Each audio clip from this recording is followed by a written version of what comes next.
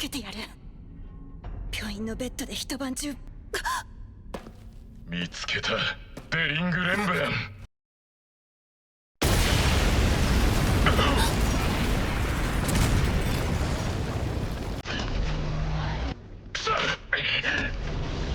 やめなさい。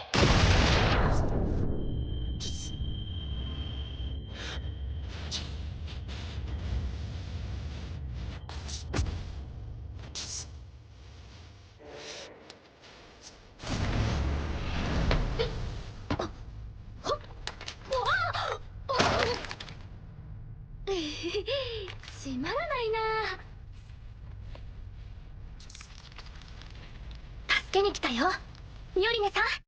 Hello, and welcome to another review video. To the surprise of everyone, NA is actually getting Gundam, but not exactly. The NA server will get a reskin version of about half of the Gundam collab units, similar to what GungHo did with the Marvel collab, and that's an immediate red flag. I don't know if this was the general feeling back then, but when we got the Marvel reskin, I figured that meant GungHo would probably be able to bring in more collabs to the NA server as reskin versions if necessary. Unfortunately, that hasn't happened. In the first NA run of Marvel, aka GungHo Another Story, we missed out on the new characters from JP's second run, and then, a few months ago when NA was due for a Marvel rerun, we got nothing. This is all very disappointing because GungHo is reusing the same art from their other games, so they actually own the IP, and I can't see why we can't get a rerun. I would think this whole reskinning business should have been a net positive for NA, but that obviously hasn't been the case. Power creep is inevitable in PAD, so these Gundam, aka GungHo Alternate Journey, and all other units will eventually lose their luster, but it seems that pulling in risking REMs might not amount to any payoff in the future. With the new exchange system, pulling a lot in a collab means you have the chance of exchanging all the low rarity and useless units for something hopefully more worthwhile. For example, I feel like my chase for Misaka will pay off nicely very soon, because along the way, I collected a bunch of fodder I can soon exchange for the new Dengeki leaders capable of clearing SN2, Accelerator, and Angie. Right now we're able to exchange 10 AJ units for a copy of the batch unit, Fiadrak, so rolling at least 10 times results in enough trade fodder for a pretty decent unit. This hasn't happened yet, but hypothetically, when collabs with this type of exchange rerun again, GungHo will hopefully add a new similar trade, and hopefully all the units rolled in previous runs can be used for that future exchange. But what happens if AJ gets the AES treatment? No buffs, no rerun, and therefore even less value from the units you're gonna roll now. So in short, if you care about what might happen in a year when Gundam possibly reruns in JP and quite possibly not in NA, then I would be very hesitant to pull a lot in this machine. That being said, I will still throw a few rolls here and there to hopefully get the best cleric in the game. Okay, let me check out these AJ units, but before that, please remember to like and subscribe if you enjoyed the video. Thanks! In JP, Gundam had two different machines with different lineups, and we are basically getting all the Gundam 2 units plus a few others from the Gundam 1 lineup, so we basically only have half of all the Gundam units. I was curious and I took a quick glance at the Gundam 1 units, and these stood out. C Gundam is more of a meme unit. He has the highest damage multiplier in the game and a true 50% gravity, but this obviously has very niche applications. Then there's Coupele, who does look replaceable, but he does pack a lot of utility as an attribute and damage absorption Boider. His equip also reminds me of Zeno and Silva's because of the delay active skill and could have worked decently on units like Goten if you unfortunately couldn't get that other equip. Zeno and Silva's and this unit's equip are really handy for the second floor of the Golden Week level X if you tackle it with Goten, as you want to have a Darso attribute equip with damage awakenings and a delay active skill. Then there's also Gundam, who could deal a good amount of damage, but his Evo is the one that I saw used more often as it's a really good looping shield. Additionally, this unit has some really good equips. And finally,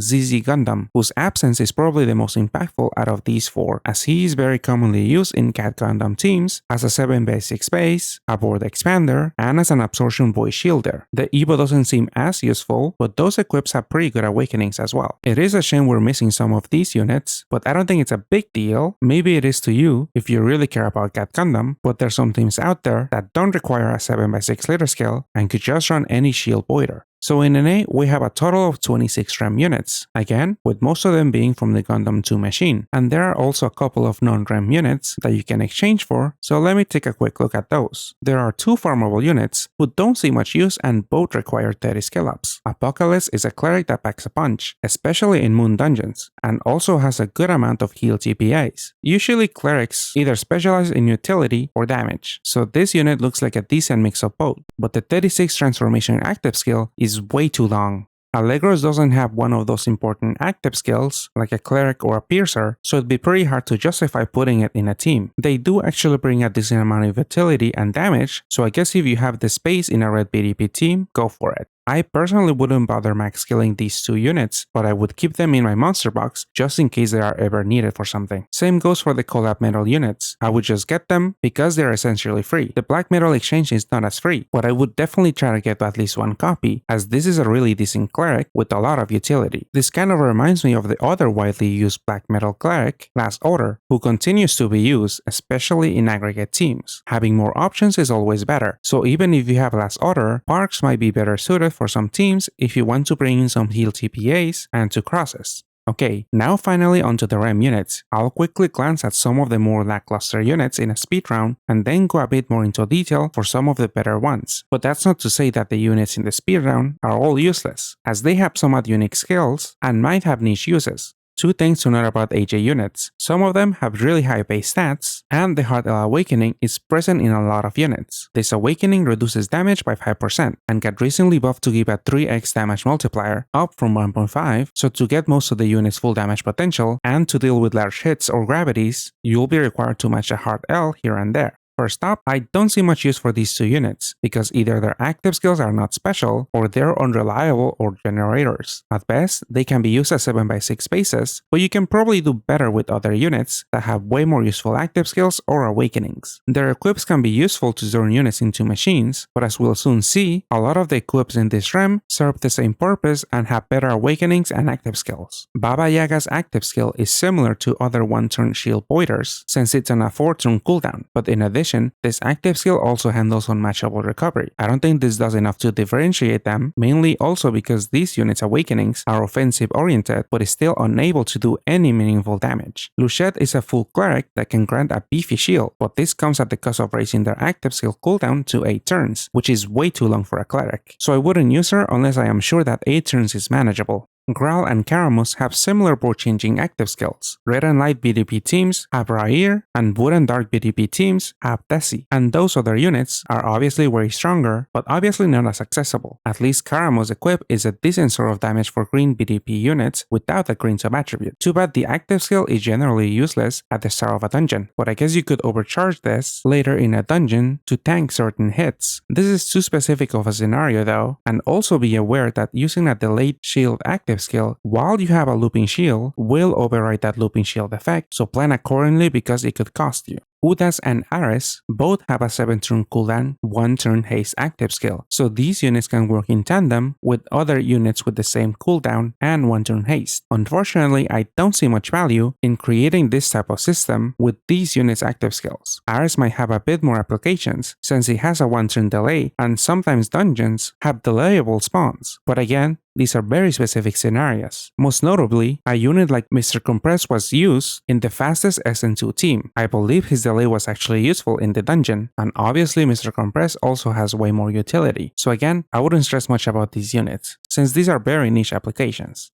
Pardinis also has a 7-turn cooldown, 1-turn haste active skill, but his active skill effects are a bit more attractive than the previous 2. More move time is always nice, and the bonus combos can allow you to do less manual matching to get through combo shields or to deal with combo debuffs. If you don't need the bonus combos, Time Wizard might be a better option since it gives you a roulette as well, but he does have much less bulk and utility if you don't care much about the else. Ancient Grim is a beefy rebuffer who kinda reminds me of Blue Bolden, but the latter can also expand your board and is more accessible. Ancient Grim does raise all of your allies' caps, but this being only 5 billion on a 5-turn cooldown and only for 1 turn doesn't really make it feel worthwhile. The big upside of pulling this unit is the equip, as right now it's one of only 4 levitate equips. These equips are great on units with high damage multipliers that have no levitate awakening, like Muichiro, Daki, and Akaza. Oh, and by the way, no, Levitate Awakenings do not stack, so there's no point of putting this on a unit with Levitation. Hecatoncheires is a great utility sub that serves as a 7x6 base, helps recover assist, voids absorption shields, and counters attack and move time debuffs. Since we are missing out on CC Gundam, this is one unit that comes close to replacing it, except CC Gundam's absorption void lasts for 2 turns and also counters board shrinks. Units like Roberil and Hisoka more closely resemble CC's active skill, but at least with Hecatoncheires, you can run the HA badge more optimally. Trojan Horse is the only unit that had a pretty significant change in our version, as their main and sub-attributes got swapped. I don't know why GungHo decided to do it, but this is a good thing, since our version won't be less effective against water attribute enemies. Additionally, Dark BDP teams have a lot of support that Trojan Horse could benefit from. This unit does a pretty significant amount of damage if you're matching BDPs and using their active skill. You could make a system with 3 copies, but unfortunately, the active skill only generates 7 Dark Orbs, and that doesn't guarantee a box for maximum damage output. Still, here's an SN2 clear with the red version of Trojan Horse. The person who shared the clear said that this was stressful and it was cutting it too close on time, but maybe the dark version will fare better against the blue SN2 boss. This team does unfortunately use CZ Gundam, but maybe Hecatoncheires could work as a fine replacement. I don't know how important the board fix effect is for this team in SN2 since I'm not that familiar with the dungeon yet, but this team might be okay if you can stall out any board shrinks. That's a big F, and probably not the case, because SN2 is notoriously annoying.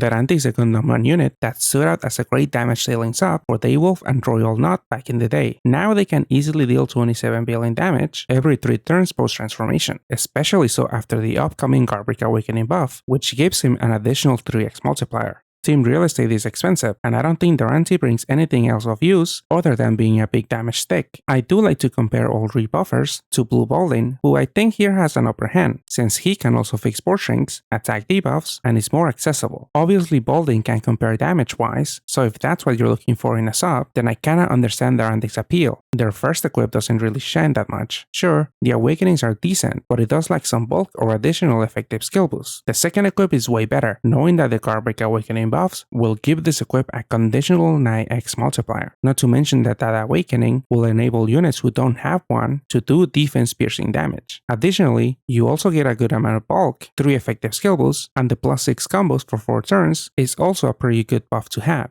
His Evo is a bit weird. He can leader swap every 4 turns, but I don't think there's much of an application for this gimmick. Tokoyami had an interesting SN1 clear with this unit, but zombie lead teams can already clear that dungeon without this unit, and someone like Bolton has a similar active skill, but has the benefit of having a zombie leader skill, and is also able to clear SN1. I'm sure people can come up with more creative uses for this leader, but if that doesn't pique your interest, then I don't see much point to this unit. Daranti is exchangeable for 7-star GFEs and 6 and 7-star AJ units, but I wouldn't look to exchange for this unit unless you are all set with all of the other AJ exchangeables. If that's the case, I would get one Daranti at most, just on the off chance I ever have the need for a strong rainbow sub or the need for their second equip. Hecatoncheires has a great mix of damage potential and utility, along with a great active skill, but his damage potential is dependent on choosing the TPA plus Super Awakening and making a hard L, so if you rather go for another Super Awakening and your team has no space for matching a hard L, then he probably won't carry his weight damage-wise. If you go all in on utility, he can have up to 7 skill boosts with the skill boost plus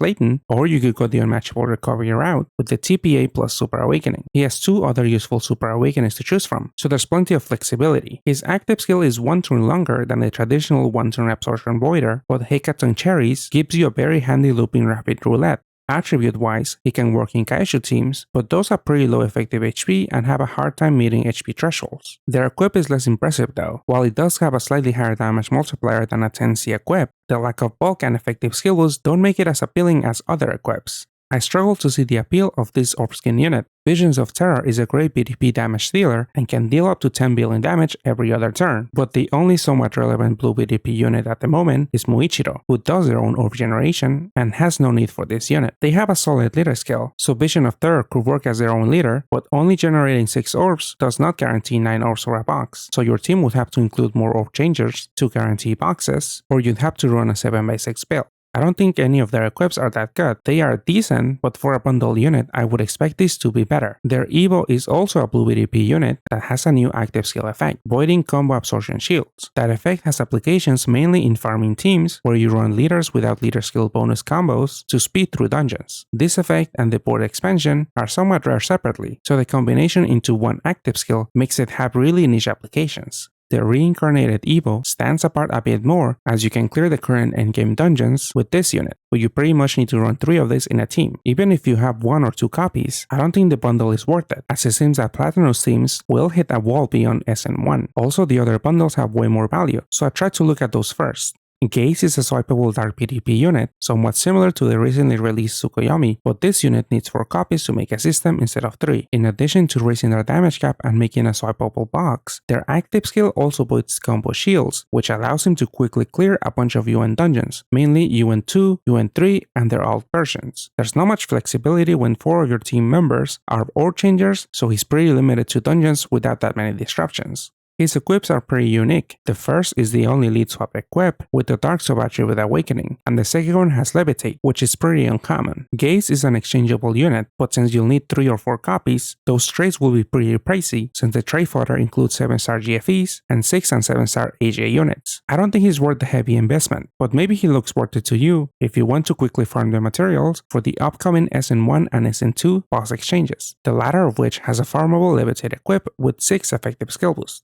Danet is the other Orskin unit. The base form is a decent absorption voider that also raises all of your allies' damage cap. The cooldown on the active skill is surprisingly 6 turns. I would expect this type of active skill to be 7 turns at least, but this is pretty much a marginal difference. The Evo is a damage-oriented Dark Cleric, whose active skill is surprisingly also on a short cooldown, and can indirectly tackle RCB debuffs. I don't dislike any of these forms, but I usually rather run other units. Whenever I play Blue BDP, I play Muichiro paired with Niro Watatsumi, and there's no need for the base form's active skill there. And when it comes to clerics, I usually opt in to use those focus on utility rather than damage. Both of the equips are pretty good for the sub-attribute and damage awakenings, but since I'm not the biggest fan of the monster forms, do I think that the equips alone possibly make purchasing the bundle worth it? Maybe for the blue equip, but $20 for just an equip is way too much. Again, if I were to spend money on a bundle, this wouldn't be my first choice. Zalduke's base form is a decent rainbow board changer, capable of dealing a good amount of damage. A 2-turn cooldown rainbow board reminds me of Akaza, but obviously he can't output as much damage with only 2 attributes and a lower damage cap. The benefit of this unit is that you don't have to transform it though. Zalduke's Evo reminds me of Kaiju's Evo, and could therefore work on Gokrek's teams if you have some other 7x6 space in the team. You will miss out on the orb generation from Kaiju, so it's probably not as good for Gokrek's team specifically. This Evo is more generic, and can therefore be used in many different teams. Their reincarnated version is a damage stick with no utility and inflated stats. Their active skill is a bit underwhelming in my opinion, since it only tackles attribute absorption, but interestingly enough, this unit is used in optimized BNOA AUN2 teams, so if that is something that interests you, it might be a worthwhile trade. That's a very specific use, and it's only for those that have 3 BNOAs, so unless you have those other units and an interest for farming old UN2, this wouldn't be a priority trade, especially because I'm not a fan of those equips. Muscari is not a looping shield, but could be if you have at least 2 other units who have haste actives. You could run 2 copies of them in a team, and they alone can pretty much loop their shield and roulette without depending on other haste units. But again, team real estate is pretty expensive, so this is probably not a good idea most of the time. The Evo has higher damage potential, but I'm not a fan of the active skill as it doesn't offer much else than what other rebuffers can give you. The reincarnated form has inflated stats and also has a pretty cool active skill. There are only a few units that have a pierce and damage absorption void effects in a low cooldown active skill, and on top of that, this one also counters Borshanks. This form has a pretty decent scaling leader skill, but the 5 or match requirement is a bit awkward to work with in my opinion. Their equips are somewhat on the lackluster side, even the Levitate one, so if you didn't manage to roll him, I would only exchange for a copy if any of the monster forms interest you. I am partial to the reincarnated form for the active skill, but the base form is pretty interesting too. Hagios is a pretty decent cleric, not as good as Kohaku, but they have pretty similar active skills. The main appeal of these 2 clerics is the HP boost, since these are pretty rare effects to find on a unit that also has one of the other must-have effects. The HP boost allows you to take huge hits. For those, you would usually try to bring a big shield, which would require a lot of stalling if you brought it on an equip, and once you use it, it will interfere with any looping shields you have, requiring more careful planning and timing. Also, enemies who fix your HP are pretty dangerous, and we might see does become more common.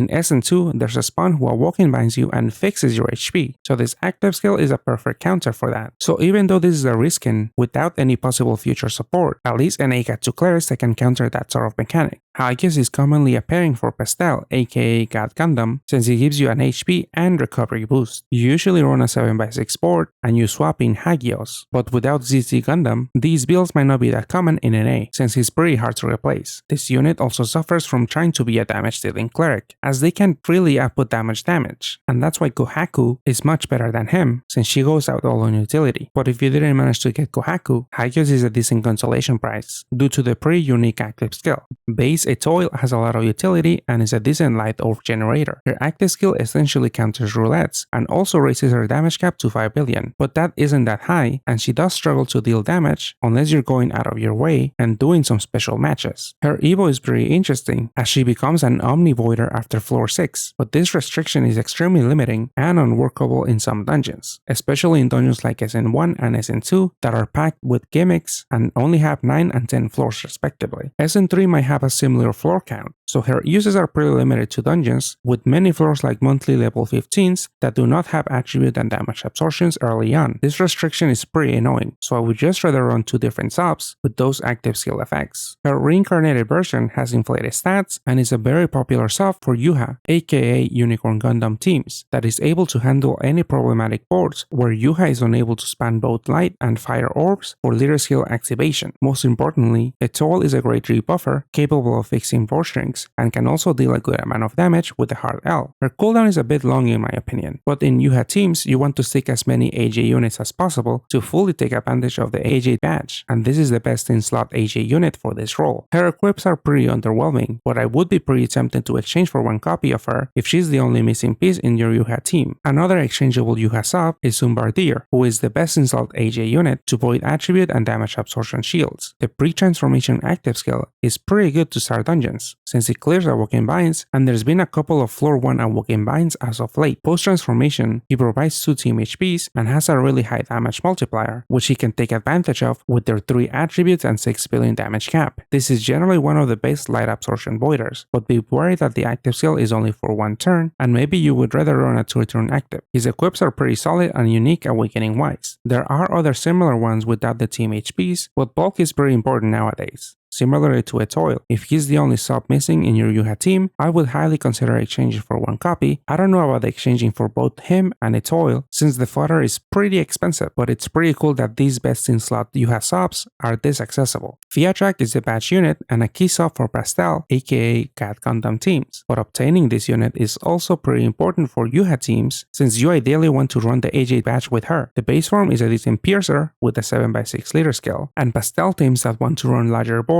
usually opt into running this for that purpose, since we're missing ZZ Gundam. The Evo version is a looping spinner that can do a pretty decent amount of damage, but I don't see this Evo being used that much. Off the top of my head, the only AJ teams that run looping spinners are Yuha teams, and these usually choose to run light Hatsune Miku due to her amount of utility and skill boost. The reincarnated Evo is a key sub and pairing for Pastell teams right now, as their orb generation active skill is very important to counter locks and to help guarantee 3 fire combos for Pastell leader skill activation. Their active skill is on a 2-turn cooldown, so these teams usually run at least 2 Fiadraks. Therefore, if you don't roll multiple copies, it'll cost you $30 or about 100 stones to exchange for 1 copy. Are all of these Fiadraks worth the investment? Maybe not. These units are best in slop subs for Pastell teams at the moment, but Pastell will face some issues later on in SN2. Most of the clears I've seen for that are reliant on ZZ Gundam and other slime subs, so Pastell might not be able to clear the SN2 title in NA, and then later on, when Dengeki Bunko reruns, Shanna takes over Fiadrak's role, but we might not get those Dengeki buffs in time for the title run. So for the time being, if you want to steamroll through all current endgame content in NA, get on a few Fiadraks might not be the worst idea if you get Pastell. But again, even if you have no interest in Pastell teams, Fiadrak's second equip is amazing, and even now in JP, it's the only other levitate equip with the team HP, with the other one being from a mid-rarity Ultraman unit who is therefore not as accessible since you have to roll them. Getting access to the AJ badge is pretty important for other AJ-centric teams, specifically Yuha teams. So if you don't roll any Fiadraks, but still manage to get enough fodder, I would be very inclined to exchange for at least 1 copy if you have any interest in the equip or other AJ-centric teams. I think Pastell is generally considered to be the third strongest leader in JP at the moment, behind Rimuru and Mirim from Slime. But without ZZ Gundam, that might not be the case in NA. ZZ Gundam has a pretty unique kit that is hard to replace if you want to run Pastell with a 7x6 board and box equips. Even if you replace ZZ Gundam with another unit, you'll be missing out on a significant amount of bulk, recovery, and damage if that unit is not from this REM, since you ideally want to run the AG badge most of the time. Pastell will eventually get more support and not just depend on AG units and that badge. As I mentioned, Shanna is a good future pairing, but those buffs might arrive after the SN2 title is over. Slime could occur during the title run, and this collab brings a strong pairing for Pastell. Shiz, no one knows if we'll get the Slime collab, so Pastell could end up not getting enough support to allow her to clear the SN2 title in time. On the other hand, the SN3 title is on the horizon in JP. It should arrive early next month, and I assume this will be a Sun dungeon that has a wood attribute boss. Therefore, Pastell might be able to shine there. But that might not be the case, as GungHo often likes to push new collab or REM units during titles, so they could make it very difficult for Pastell to clear since this unit has been in the meta ever since it was released. So with all of these questions up in the air, going all out for Pastell might not end up paying off all that much in NA. If you want to tackle all the current endgame dungeons in NA and manage to roll a few Fiadraks, it might be worth it to get a Pastell, but if your goal is to prep for the SN2 title and beyond, then maybe not. I haven't been able to find any Pastell SN2 clears that look NA friendly, as these either run ZZ Gundam, some Slime units, are paired with buff Shanna, or a combination of all of those. For some of the teams, you don't even need to have your own Pastell and can just pair with a friend, which is more of a reason to not buy or chase Pastell. Still, in the current meta, Pastell is one of the best leaders in the game, so I do see the appeal. I am just a bit worried about how she might only peak in SN1 in NA. Yuha is also one of the top leaders in JP at the moment, which is about 2 months ahead of us, so I feel like there's some lasting potential for this leader. Most of her subs are from this event, and luckily, they are exchangeable. Even though the required trade fodder might be expensive, it might be a worthwhile exchange if you have most of the usual team subs. Yuha is a BGM unit and therefore purchasable, so if you have $30 and lots of trade fodder, you could get a pretty strong team going without rolling that much in this machine. Her playstyle is fairly simple, as you are only required to match light and fire orbs for damage reduction, and when you want to go for the kill, you make a box. Matching hard Ls is required in most endgame dungeons, since you usually don't run a dedicated looping shield sub. So in this team, for example, you have 5 hard Ls, which is 25% damage reduction, which is a requirement to survive 500% gravities. Her equips are pretty good and unique. There's currently no equips that have a haste and delay effect in the same active skill, and not to mention that the 2 skill boosts, the 10C and the team HP, are the cherry on top. The second equip is the only other 2 billion button equip, and unlike Kohaku's, this one also gives you a Pierce active.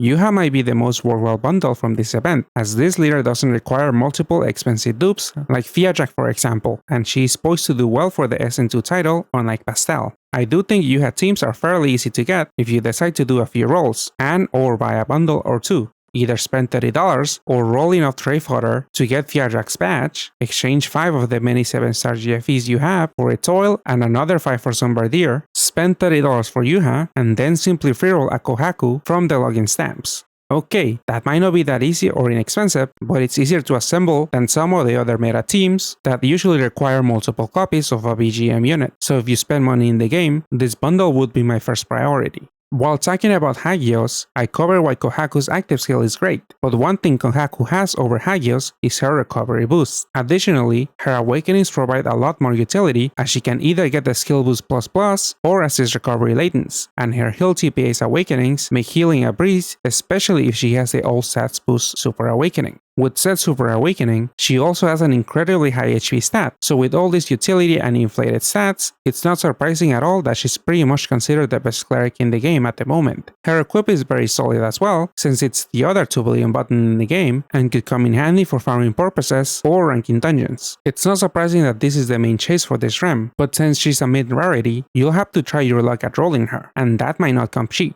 So to recap, even though I am very skeptical about the future of AJ units, I do think it's a good idea to try your luck at rolling a Kohaku, and hopefully along the way, you might assemble the pieces for a Yuha or Pastell teams and can then decide if you want to roll more, exchange, or buy a bundle. I do feel like Yuha is the leader with the most future value due to her being able to tackle all endgame content right now and the SN2 title in the near future. Pastell can handle all endgame content as well, but she might not fare well for the SN2 title if we miss miss out on Slime or get Shanna's buff way later down the line. Pastell could be a fine leader for the upcoming SN3 title, but unfortunately, we won't be able to know until after this REM is gone in NA, so chasing or purchasing her might not have the biggest payoff. Many of the mid-rarity units other than Kohaku are pretty solid, but I would not chase any of them unless you have concrete plans for them, and the same goes for the exchangeables. I honestly wouldn't bother with most of them, except for the Yuha subs and Fiadrak. Of course this would only apply if I roll or bought Yuha. I assume most of you rolled already, so hopefully you guys did well. I did a few rolls and I didn't get Kohaku. I am waiting until the last login stamp to decide whether I roll more or not, but most likely I will since I really don't want to miss out on her. Hopefully I don't have to roll that much. My plan was to save stones for a possible slime run, but this really threw a wrench in my plans, and now I have to skip slime or Dengeki. Okay, best of luck on your rolls, and I'll see you guys next time. Goodbye.